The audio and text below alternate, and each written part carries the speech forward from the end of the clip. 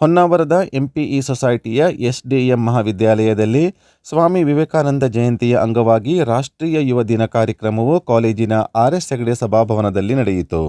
ಹೊನ್ನಾವರದ ಎಂಪಿಇ ಸೊಸೈಟಿಯ SDM ಮಹಾವಿದ್ಯಾಲಯದ ವಿದ್ಯಾರ್ಥಿ ಒಕ್ಕೂಟ, ವಾಚನಾಲಯ ವಿಭಾಗ ಮತ್ತು ಮಾಹಿತಿ ಕೇಂದ್ರದ ಸಹಯೋಗದೊಂದಿಗೆ ಸ್ವಾಮಿ ವಿವೇಕಾನಂದ ಜಯಂತಿಯ ಅಂಗವಾಗಿ ರಾಷ್ಟ್ರೀಯ ಯುವ ದಿನ ಕಾರ್ಯಕ್ರಮವು ಕಾಲೇಜಿನ ಆರ್.ಎಸ್. ಹೆಗಡೆ ಸಭಾಭವನದಲ್ಲಿ ನಡೆಯಿತು.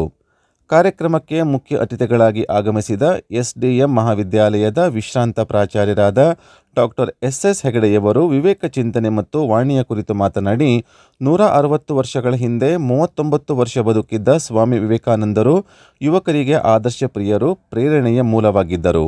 ಅವರು ಗತಿಸಿದ 122 ವರ್ಷಗಳ ನಂತರವೂ ಮನುಕುಲ ನೆನಪಿನಲ್ಲಿಡಬೇಕಾದ ಸಂದೇಶಗಳನ್ನು, ಪಾಲಿಸಬೇಕಾದ ತತ್ವಗಳನ್ನು, ಅನುಸರಿಸಬೇಕಾದ ಆದರ್ಶಗಳನ್ನು ಜಗತ್ತಿಗೆ ನೀಡಿದ್ದಾರೆ.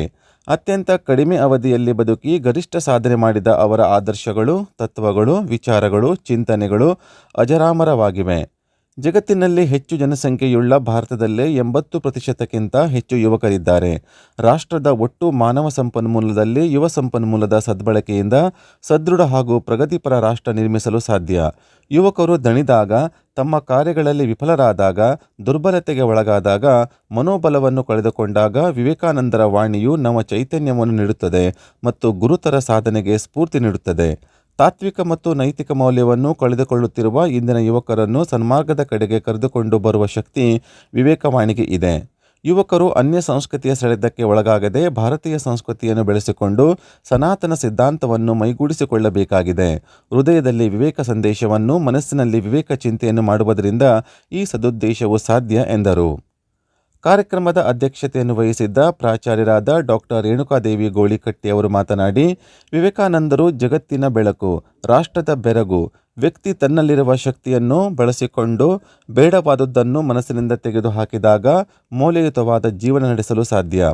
ಕಾರ್ಯ ಅನುಷ್ಠಾನ ಮತ್ತು ಸಾಮರ್ಥ್ಯಗಳನ್ನು ಹೊಂದಿದ್ದರೆ ಯಶಸ್ಸು ಸಾಧ್ಯ ಎಂದರು. ವೇದಿಕೆಯಲ್ಲಿ ಯೂನಿಯನ್ ಉಪಾಧ್ಯಕ್ಷ ಡಾಕ್ಟರ್ ಜಿ.ಎನ್. ಭಟ್, ವಿದ್ಯಾರ್ಥಿ ಪ್ರತಿನಿಧಿ ಜೀವನ್ ಕುಮಾರ್ ಶೆಟ್ಟಿ ಉಪಸ್ಥಿತರಿದ್ದರು. ಕಾರ್ಯಕ್ರಮವು ನಿಹಾರಿಕಾ ಭಟ್ ರವರ ಪ್ರಾರ್ಥನೆಯೊಂದಿಗೆ ಪ್ರಾರಂಭವಾಯಿತು. ವಿದ್ಯಾರ್ಥಿ ಒಕ್ಕೂಟದ ಸಲಹೆಗಾರ ಡಾಕ್ಟರ್ ಎಂ.ಜಿ. ಹೆಗಡೆ ಪ್ರಾಸ್ತಾವಿಕವಾಗಿ ಮಾತನಾಡಿ ಎಲ್ಲರನ್ನೂ ಸ್ವಾಗತಿಸಿದರು.